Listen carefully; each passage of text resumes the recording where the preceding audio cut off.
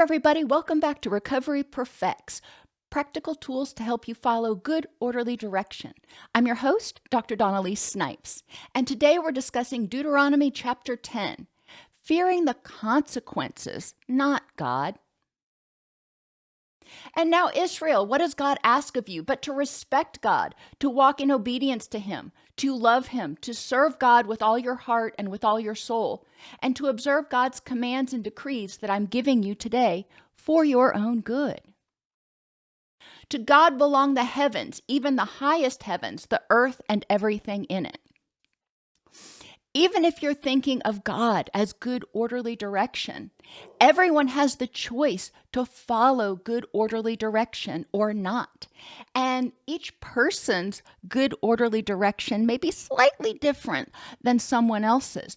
But if they're following the Perfects model, then we are going to respect one another's boundaries and we are going to act in harmony.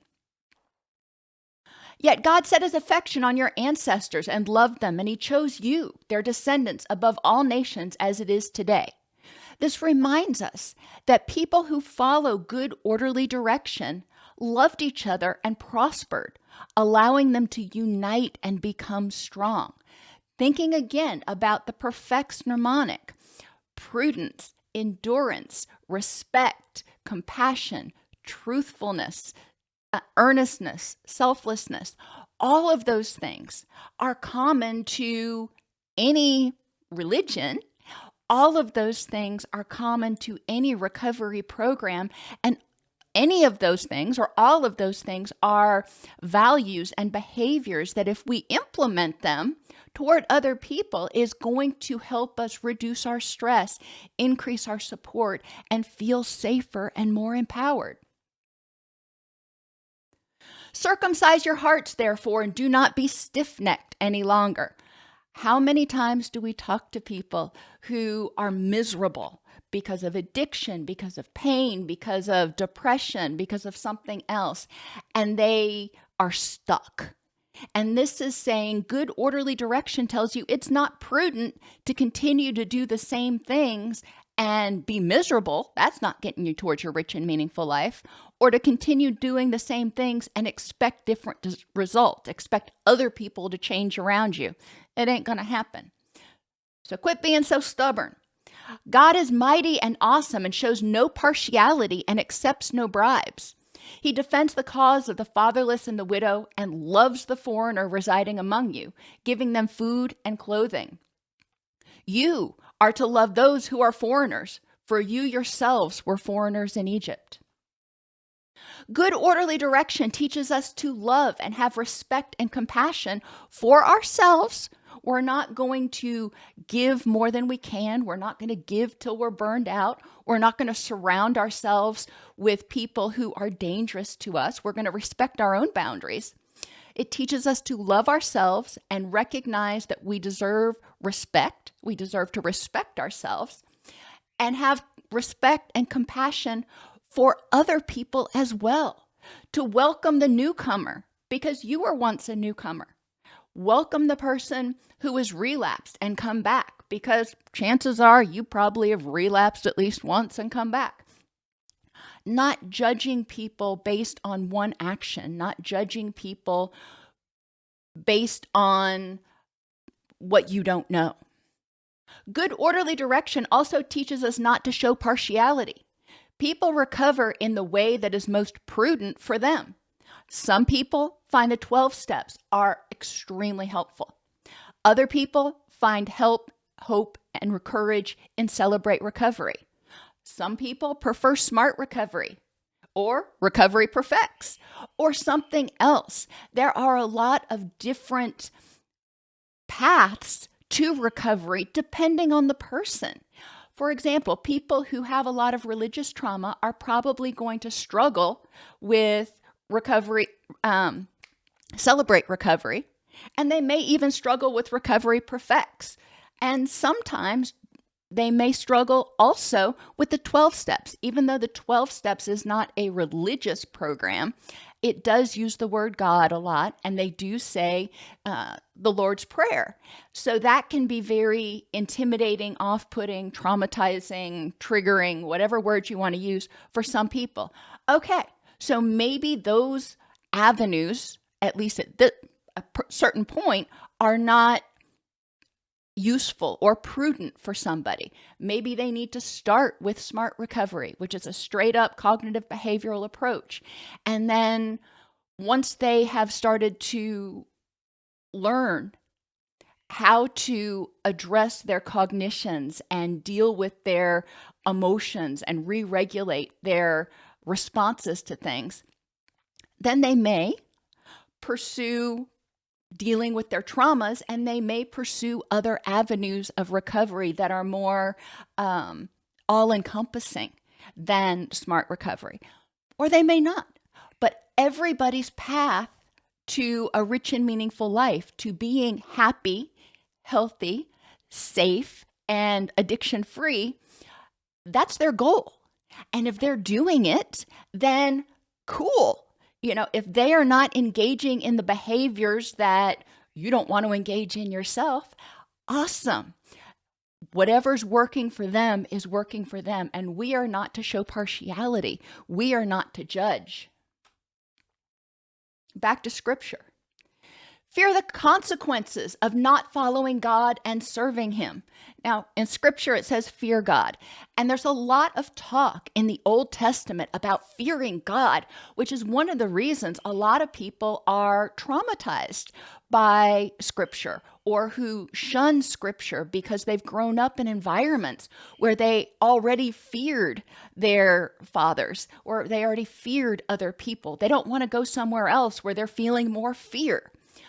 What we're really talking about here, though, is not fearing God, because God's not doing these things. We want to fear the natural consequences. We want to fear the consequences of what happens if we don't follow God. Hold fast to God and take your oaths in His name. He's the one you praise. He is your God who performed for you those great and awesome wonders you saw with your own eyes. Before you start following good, orderly direction, because it ain't easy. I'll grant you that. It ain't easy. Before you start following good, orderly direction, you need to be motivated. So think about what wonders have you seen in the lives of people who choose to follow good, orderly direction, who act prudently, who endure challenges, who respect themselves as well as others, who let go of grudges. They learn from them, so they stay safe, but they let go of grudges so they're not being weighed down. They're compassionate. How do you see those behaviors working wonders in the lives of people who actually embody them? Your ancestors who went down into Egypt were 70 in all. These were Jacob's descendants. And now the Lord your God has made you as numerous as stars in the sky. What do we get from this passage? A large movement can start with a few people who follow good, orderly direction. Look at what happened for Bill W. It started as just a few guys getting together, and it has turned into a worldwide movement. Oh my gosh. Good, orderly direction helps unite us, and gradually we grow. Gradually we grow, just like the body of a baby, a fetus, that starts out with 2 cells, and then it multiplies, and then it multiplies. Gradually, it becomes a body. And we see the same thing with our communities. We've got to get 2 people together who share similar ideas, who can help others see the benefit of good, orderly direction. When others see that benefit, they will be attracted to it. Fear is what will happen without love. Fear is not love. We respect the people we love. We don't fear them. We respect them. We do things because we don't want to make them sad. We don't want to make them upset. We don't want to hurt them. We don't do things for them out of fear that we're going to be hurt. And it's a subtle difference, but it's still a difference. We need to love good, orderly direction and fear the consequences of not following it. In behavior modification, we call these natural consequences. If you go out and rob a liquor store, guess what? You're probably going to get arrested. Those are natural consequences. If you stay up all night and you drink a whole bunch of alcohol, guess what? Tomorrow, you're probably going to have one wicked hangover. Natural consequences. God didn't do that to you. You did it to yourself. You failed to follow good, orderly direction. You failed to do what was prudent, respectful, and compassionate. And look where it landed you. Other examples. If I spend all my money as quickly as I get it, then I won't have time, have security in times of distress. Think about when Joseph was in Egypt and there was 7 years of famine. The people who hadn't prepared for it because they were just reveling in abundance really struggled. And then they ended up hitting hard times because they hadn't been prudent. If I choose to help others until I am completely burned out, then I am no good to myself or my family or anybody else for that matter. So it's kind of like your phone. If you use it until the battery's dead, then what good is that to you? It's a paperweight until you can recharge it. We want to have consistent battery in our phone, like we want to have consistent battery in our life. If I continue to blame everyone else for my unhappiness, I'm going to stay unhappy. And that's the natural consequence. If I don't take responsibility for change, if I don't take responsibility for either setting boundaries with those people or letting go of my resentments towards those people or whatever change I need to make, that's what's going to help me stop feeling as unhappy. Linehan says we don't create our own problems a lot of the time, but regardless of whether we created them or somebody else did, we have to fix them. If you don't like the way your life is going, don't expect other people to change for you. Ain't nobody gonna do that. You need to change for yourself. So think about, what are the consequences if you don't follow good, orderly direction? When you act without prudence, when you're impulsive, when you do what you want instead of what is the smart thing, how does that have consequences in your life? When you refuse to endure temporary distress and instead you act out, you lash out, you get angry. When you're disrespectful of the needs and boundaries of yourself as well as others. When you let people walk all over you, or when you walk all over somebody else, or when you let people do things around you that are triggering or unsafe. How does that help your recovery? And how is that disrespectful to yourself and your loved ones? If you disrespect yourself, you hurt yourself. When you hurt yourself, you're not as available at best to your loved ones. So indirectly, you're hurting your loved ones. When you don't let go, when you don't forgive, and you instead hold on to grudges and resentment, oh my gosh, it makes the world seem a whole lot more negative and dangerous and scary. You start interpreting things as more dangerous and negative and scary. It drains your energy because you're constantly on alert. It's exhausting to hold grudges. It's exhausting to hold on to guilt as well. And guilt is a grudge against yourself. What happens when you're judgmental instead of compassionate? And again, this is towards yourself as well as others. Yeah, you're going to make mistakes. We all make mistakes. We all screw up.